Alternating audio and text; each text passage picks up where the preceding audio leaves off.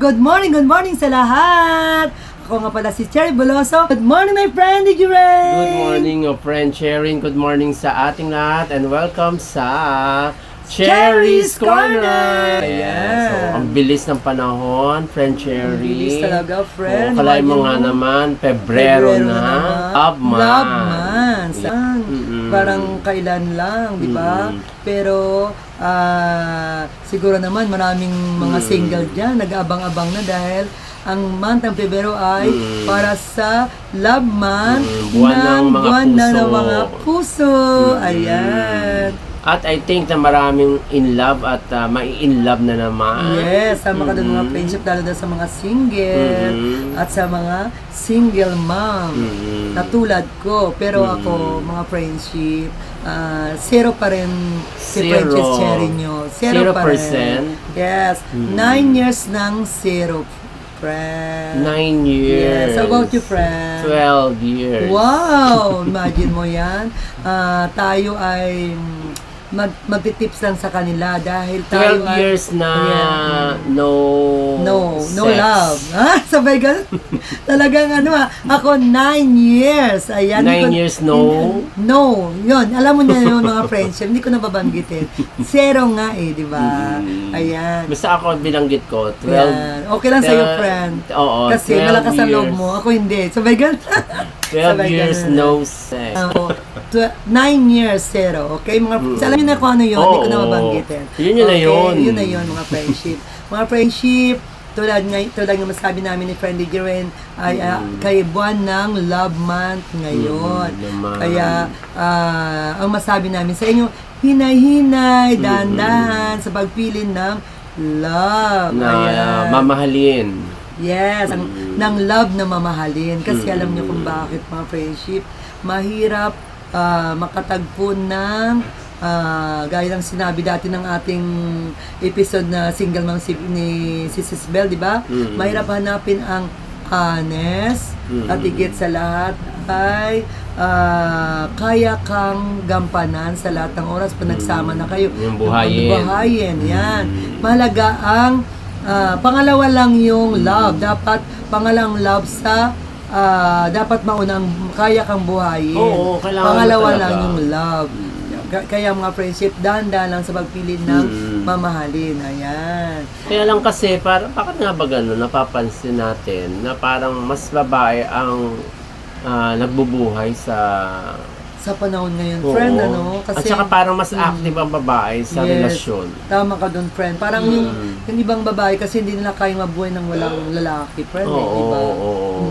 Na kahit na alam naman nila na hindi kaya naman ng asawa niya na lalaki na hindi siya kayang buhayin. Yes.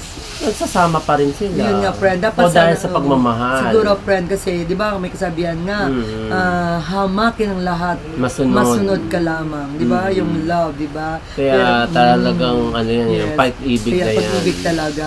Kaya sa mga single na mga wala pang karanasan na makaranas ng love, tulad yung mga estudyante natin, mga estudyante natin, ang payo natin, wag niyo nang tularan yung ibang nagkamali. Kailangan okay lang mag-love, pero patapusin mo na lang ka ng pag-aaral na, friend. Study first. Para naman to sa kanilang kinabukasan.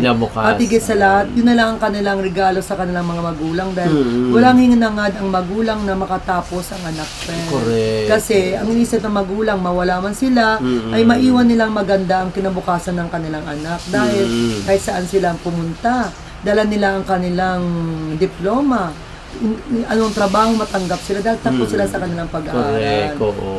Kaya pag pinag-aaral ka ng magulang mo, mag-aral ka ng mabuti. Yes, gampanan nila ang pag-aaral. Tapusin na nila to. Okay naman may love, kailangan wag na lang seryosohin. Ang seryosohin nila talaga muna ang pag-aaral, friend.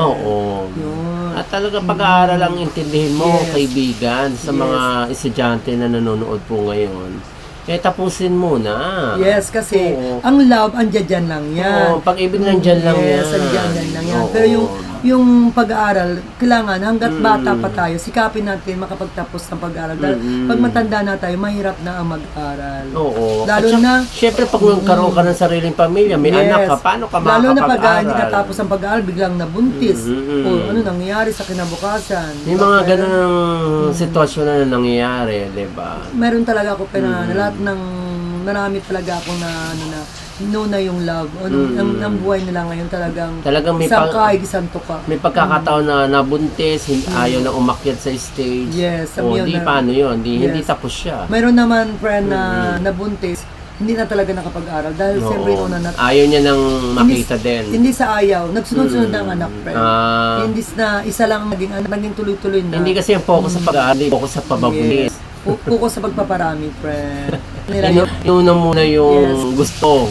Inuna kasi nila yung kasabihan na humayo ka ng parami. Pero friend, hindi to yun. Ang humayo ka yung parami. Para ipangaral sa lahat ang salita ng Panginoon, hindi yung magparami ng anak.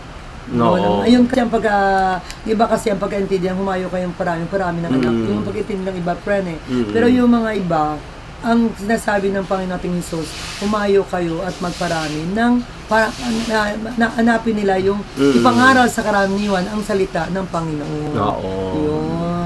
Yun ang doon, friend. Kaya mga single mom naman, friend, ang payo ko ng single mom, kung maging masaya lang naman kayo na kaya mo nang buhay ng anak mo, huwag ka na maghanap ng daddy. Kasi hindi natin masabi na yung daddy ng hinahanap mo ay siya pa rin pala ang ikaw ang bubuhay sa kanya, hindi pala ikaw ang buhayin, kundi kasama pa siya sa iyong bubuhayin sa anak mo. Kaya dagdag alalahanin. Yes, imbis na yung anak mo na lang ikaw, napunta pa na naman sa bagong karelasyon mo na wala rin palang trabaho, ma-stress ka pa, magkasakit ka pa, sakit pa ng ulo mo yan. Sakit pa ng ulo. Kaya kung pipili naman ng mga single mom dyan, piliin mo na yung ani sa pag-ibig at kaya ka nang yatid sa altar. Kasi at saka ang tanong dun kaya niya bang tanggapin at mahalin ang iyong anak? Yes, isa pa yun, friend. Kaya kailangan, friend, bago sila tumanggap, kaya silang yatid sa altar, baka mamaya, yung love na nakita nila, may asawa rin pala yung friend. Lalo nung sasakit ang ulo nila, friend, aawayin na naman sila nung mapapahiya pa sila, friend. Diba, friend? Kaya, kung masali ko sa mga single mom, kung nagkamali man kayo sa una, huwag na kayong pangatlo. Dahil pangatlo, sobra na yun, katangahan na yun, friend, pangatlo. Hindi lang pangatlo, baka pang-apat, pang-lima pa. Pangalawa pa lang, isipin nyo na muna na kaya ba kayong buhayin at tanggapin yung anak nyo at higit sa lahat, kaya nyo ba kayong yatid sa altar? Kasi nung malaga sa babae, ang mahatid sa altar, friend. Yun ang pinaka-ano talaga ng babae. At saka hindi, isipin na lamang po natin, pag hindi kayo kasal, pakikiapid yun. Yes, tama ka doon. Kasalanan sa kay Lord. Kasalanan yun. Nang malaki. Sinusunog ang kaluluwa mo na. Yes, tama ka doon, friend. Kaya kailangan tuwa ang devil nun, guys. Kaya sa panahon ngayon gagawa tayo ng kabutihan at sundin natin ang mga aral ng 10 utos ng Panginoon. Oo. Ayan yung iniisip ko, guys kaya medyo careful. Yes. Ako rin, friend, isa rin sa dahilan na nakontento na ako ng single mom ako. Kasi nagkamali na ako sa una Kasi, di ba, sabi niya, binata siya. Tapos yun pala, di ba, huli na nalaman na... yun naman kasi, hindi mo yung kasalanan. Yes. Oo. Pero, friend, parang nakadala na kasi, friend. Kaya ako, pagka kung may darating, masalamat sa Diyos. Kung walang darating, salamat pa rin sa Diyos kasi kaya ko namang mabuhay na kaming dalawa ng ibig ko. Pero kung talaga may darating at mahalin ako, nakasiguro, sure na kailangan kaya niya kaming buhay nila ko at higit sa lahat, kaya akong yatid sa altar. I think yung kaya kang buhay, siguro, super bestness man. Yes, tama ka doon, friend. May mga may mga maraming M. Yes, kailangan tapatan niya yung kaya kong ibubuhay kay Bikoy ko. Dapat masigit pa yung ang kanyang K. Yes, tama ka doon, friend. Ayan, mga single mom, please, na mga friendship. Hindi naman kami kami ni Friend Rain. Ang masabi lang namin, yung iba na hindi pa kumbaga hindi pa gumising. Sana gumising na kayo. Magising na kayo.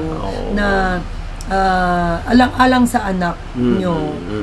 Piliin nyo ang pangalawang magiging daddy na maging anak nyo at sa magiging anak nyo na kaya kayong buhayin at na maihatid kayo sa altar. Doon naman sa mga estudyante para naman magtulong yung mga inano ng magulang niyo sa inyo. Pinagsikapan ng magulang niyo sa inyo na mapaaral kayo. Pagsikapan, pagsikapan niyo rin na makatapos ng pag-aaral. Dahil yun lang ang mahalagang mairigalo niyo sa hindi sila naghanga ng kapalit. Ang kapalit lang nila ay diploma ng makatapos kayo para kung mawala man sila, masaya sila dahil mayroon silang maayos ang magiging kalalagyan mo. Buhay nila. Kasi napansin ko yun, friend hindi man sa ako, karaniwan ng mga hindi nakapagtapos ng pag-aaral, talagang hirap sa buhay, friend. Oo, nakapag-aral na nga medyo nahirapan pa Di lalo na yung hindi nakapag-aral. Kung isipin mo, kung di lang ako nakapag-ibang bansa, di ba? Ang hirap kasi kahit second year college lang ako, hirap pa rin. Di ba na talaga yung may tinapos ng 4 years? Ayan. Yun. Grabe. Kaibigan. Iba talaga kapag in the name of love. Yes. Kaya, sa ngalan ng pag-ibig talaga. Kaya mga friendship itong month of February, Love month. Enjoy lang huwag at saka dahan-dahan lang, huwag pabigla-bigla. Isipin lang muna, mag-isip din muna, hindi lang puro puso ang pairarin, kailangan meron din pag-isip. At saka sabi nga inilagay ang isip sa mas mataas kaysa sa puso. Yes, kaya kailangan, bago pairalin ang love, kailangan mauna muna ang pag-iisip. At yan ang ina-apply ni DJ sa kanyang sarili mulat sa phone. Ako rin, ganun rin, friend. Kasi kung isipin mo, friend, nung high school ako, hindi man sa ka nagmamalaki ako, marami akong manligaw. Kaya lang, dumadaan ako sa likod ng eskwelahan kung saan ako. Ayoko may nag-aabang sa akin na, yatid kita. So iniwasan ko talaga, friend. Tapos yung hindi man sa pagano, ayan, kung maano man ang mga friend ko, si ni Edna, talagang nag-iaya ng cutting classes yan, pupunta raw kami Luneta or Paco Park. No, kayo lang dyan. Kasi gusto ko yung... Ako na-experience ko yan. Yung one time sumama ako sa kanila, friend. Kaya lang kung nagkataon talagang hindi ko feel friend kasi ayoko yung mga ganyan-ganyan na pag yung love na gusto ko pag-aaral muna. Tapos nung nag-college naman ako, siyempre, gusto ko rin makatapos po na ako ng pag-aaral. Mayroon din akong naka-explain ako na siyempre may puppy love ako, may first love ako, pero hindi ko sineryoso. Kung magkasa ano muna, yung kahit mag-shota ka man, huwag mo na sa point na bibigay. Doon lang nasa, yung parang enjoy lang, gano'n. Yung iba kasi bibigay ka agad, friend, pa sa shota na naranasan mo yung first love and yung puppy love. Puppy love, pero ano lang, friend, kiss-kiss lang sa pisngi yun First, puppy love, saka first love, sa pisngi lang yun. Nung tapos, nung mga second year college na ako, nagpunta ng ibang bansa, doon pa lang, syempre. Pero, dapat, ang naisip ko noon, gusto ko sana na yung talagang ko talaga na kailangan maano ko muna yung mga magulang ko, na mga ganun. Yung sabihin, maibalik ko man lang sa mga magulang ko yung mga binigay sa akin. Kaya nagsikap akong pumunta sa ibang bansa para makatulong ako sa magulang ko. Kasi nung time na yun, kaya hindi ako napagtapos ng pag-aaral, friend, kasi na-stroke ng father ko senior college ako, kaya napilitan ako pumunta ng ibang bansa dahil hindi na ako kayang paaralin. Lalim ng isip ko kanina habang nag-explain ka doon sa puppy love and first love, napaisip ako, kailan ba yung aking first love? Sabay yun. Ako kasi ang puppy love ko, friend, sa 14-15 ako.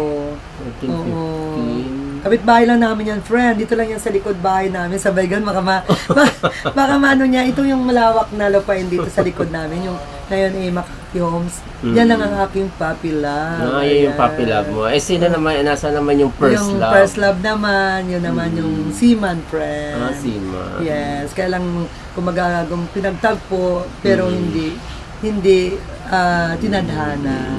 Pinagtagpo. Pero tumagal din kami ng yung aking puppy love, nasa 2 years kami. Yung aking first love, siguro nasa 15 years. Tagal din. Ano ba pagka-explain mo ng puppy love at first love? Ang puppy love kasi, parang una kong... Parang ano lang. Unang tibok yun eh. Unang tibok. Tapos yung aking first love, yun yung kumagasan parang naging seryoso. Kasi siyempre naging kumagasan Kasi nga, first nga eh. First. Una mong minahal. Pero, eto lang talagang kahit marinig ng buong mundo, ang aking true love ay ang daddy ni Big Boy Laico. Yan aking true love. Kasi siyempre, doon ko naranasan na nagkaroon ng baby, ayan na si Big Boy Laico. Kaya true love, ayan. Kasi ginusto mo yan eh. Kahit na kahit na sabi mo pa na may takot ako noon sa magulang ko. Pero ginusto mo yan eh. Kaya lang friend, hindi naman sa totoo lang. Hindi naman lumabas si Big Boy Laico kung namatay yung father ko eh. Kasi kumaga sa nung time na yun, nalungkot ako lagi akong Kaya ayan, yung daddy nila ko nag-comfort sa akin, lagi akong na wala na tayong magawa, wala na yung papa mo. Kaya kumaga sa parang na-develop ako sa kanya dahil nga siya nag-comfort sa akin nung time na nawala ang father ko.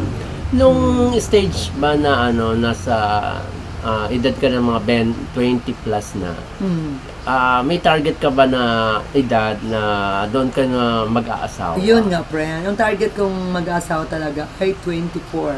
24? Yes. Kaso nga lang, nung 24, siyempre, balik-balik ako sa Japan, ganyan, Pilipinas, Japan. Kaya parang saka yung So lumagpas. Parang lumagpas yung kaya nung nabuntis ko si Big Boy Laico, 28 ako niyan, friend. Nasa tamang edad ka na naman. Nasa 28 ko niya. Oo. Kasi hindi sa isang dahilan kaya na biglaan lang yan dahil kumaga sa talagang hindi ko nakayanan talaga na nawala ang father ko.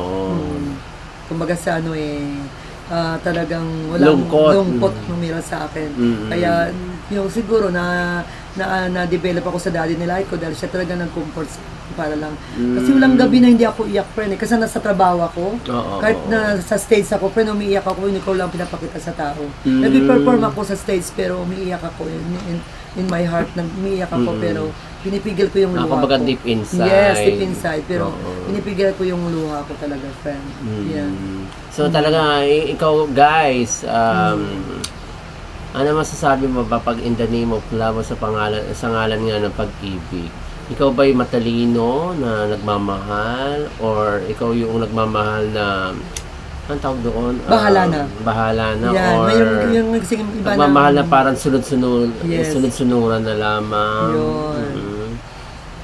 Meron ganun. Kasi meron ganun, friend. Kasi ang inisip nila, ay, mahal ko naman siya, bahala na. Kahit sabihin lang magulang, nakita ka kasi ganito, may nagsabi ganyan-ganyan. Hindi ganun. Kung hindi ka na pumasok, para may nakita. Naku, sabi ng ganun, mapaniwala ka doon, parang gagawin pang sinungaling nakakita sa kanya. Tapos one time nakita na mismo sa app ng magulang, nagalit ang magulang sa kanya, lumayas, friend. O diba? Lalayas. Sino ngayon ang kawawa ngayon sa buhay nila? Yung hindi nila pinakinggan ng payo ng magulang. Mas pinakinggan nila yung tawag ng puso. Tawag ng love. Kaya, ano yung kawang buhay nila? At iba pang tawag. Yes, iba pang tawag. Yes. Karaniwan sa mga yung mga matitigas ang ulo. Mapusok kasi. Yes, mapusok talaga. Kaya yung calling sa ating mga kabataan, wag natin masyadong pairalin yung yung kilig at kilig. yung sinasabing na-curious lang ako eh. Yes, kaya merong umuo ako. Saka Kasi mahal ko siya. Yes, iba naman, nagkamali lang ako, nabigla lang ako. Mga ganun mga katwiran eh, di ba, friend? Tapos pag nabuntis naman, tawag dito, parang hindi alam. Hindi ko sinasadya. Hindi sinasadya. Hindi sinasadya, parang gano'n. Parang hindi sinasadya Kaya nga. Gumawa nga kayo ng isang bagay na di ba? Yeah, Ibig sabihin, gusto ninyong dalawa. Yes, ginusto yun. Pag ginusto mo, pwede bang hindi? Kaya nga, di ba may kasabihan nga, pag gusto-gusto, pag ayaw-ayaw. Tapos pag gusto mo talaga, may paraan. Nung ayaw mo naman, may paraan din. Ganon. Tsaka hindi lang yun, di ba guys? Ang mahirap lang, laging talo ang babae. Paano? Limbawa, yung lalaki hindi pa handa. Tapos pumayag ka sa gusto niya. Tapos pag na ano ka na chikan ka na, ayun. Iwasan ka na, iwanan ka na. Meron Hindi ako- panagutan ng ano yes, mo. meron Nilagot ka, kawawa ka. Kawawa talaga. Meron akong sa totoo lang friend, hindi mo sa pag nag-ano. Yung mga kaibigan ko nung nasa Japan ako, ilan kami ang nabuntis friend. Mayroon talagang isa doon na hindi pinanagutan ng lalaki. Kasi katulad ng lalaki, baka may kaninong ama Kung yan. kaninong Ganon. Merong ibang lalaki Parang ganon, napakababaw naman yung Babaw, gano'n. ganon. Meron talagang gano'n Meron eh, na no? lalaki. Yung ayaw niyang gampanan, Binigay mo na nga ang lahat, tapos Yes. pagdududahan ka Yes, pa na, dududahan pa. sa akin ba talaga yan? Yes, Parang meron na gano'n. lalaking gano'n. Parang sarap sa pakin at Kaya sampalin kawawa na yung naman, diba? kawawa yung naging kaibigan ko na yun, friend. Hindi na talaga siya, parang kumbaga hindi na talaga siya sumubok. Parang kumbaga sa taunan niya, nagkamali na siya, parang mayaw na sa huli. Hanggang ngayon, matandang dalaga na siya. Ay, hindi, may anak pala siya, kaya matandang single mom na siya hanggang ngayon. Hindi na Kaya siya meron sumubok. din iba ano tawag sa gano'n na ayaw na ma-in love, ayaw na Yun na nga. umibig. Yun na nga siya na ngayon, friend, yung kaibigan ko. Oo. Ayaw na ma-in love, ayaw na ma-in Naalala ko na in despair. Yes, and despair. Oo. Tapos mayroon pang iba, mayroon pang iba, pre, nung mga, siguro nung mga college ako, mayroon pa akong kaibigan na may kapatid siya na talagang naging naloka talaga sa pag-ibig. Pre. Ayun. Naloka. Maraming ganun talaga. Naloka talaga. Naloka na nawala sa sarili. Ibig sabihin, hindi niya nakayanan Hindi yung kayanan kasi, kanyang pagkasawi. yes, kasi akala niya mahal siya. Yung pala, natuklasan niya may mahal pala ng iba. Kaya yun. Aray ko. Yun. Talagang Kawawa. dinibdib niya, friend, hindi siya kumakain. Tapos sinintay niya darating yung lalaki na dumating hanggang sa nagkasalita na lang siya mag-isa. Ayun. Ala. Kawawa talaga. Talagang dinigdib. Bata pa, mga tayo nung college ako, nasa 17 ako. Siguro yung bata, nasa 15. Yung kapatid ng kaibigan ko, 15 years old. Na talagang naloka, friend. Sa ng pag-ibig, kaya mga friendship, kailangan pag ma-in love kayo, huwag yung masyado Hinahinay lang. Hinahinay lang, huwag Oo. seryosohin kasi baka huwag nang mantong sa ganun, di ba, friend? At Kawawa magtira ka naman kahit papaano Yes. sa sarili Kailangan mo. mahalin mo rin ang sarili mo. Pwede ka magmahal, pero mahalin mo muna ang sarili mo. Ang mahirap kasi, ubos-ubos ang pagmamahal mo Yes. talaga. Todo-todo. Todo yung nagtira sa sarili, friend. di ba? Tapos yung pala, sa huli, lulukohin ka lang naman Yes, pala. Hindi ka tama. pala mahal, iwanan ka, Kaya pagpalit ka sa iba. Yes, di ba? Ang sakit Kawawa, nun. ang sakit talaga, friend. It's hurt. It's hurt. Saka yung mga maagang nag-aasawa rin, di ba, friend? Oo. Maaga rin nag-iwalay dahil akala nila sila Kumbaga, lang. syempre, pag ganun maaga maghiwalay, hindi sila magkasunduan ba? Hindi lang sa magkasundo, friend. Oo, Nahuli niya na talagang- may iba pa rin ang malaki. Oo, dahil naglaro nga. Naglaro din. Bagong kasal sila tapos naglaro pa sa iba. Kasi sabi ng lalaki, first love daw niya yung ano.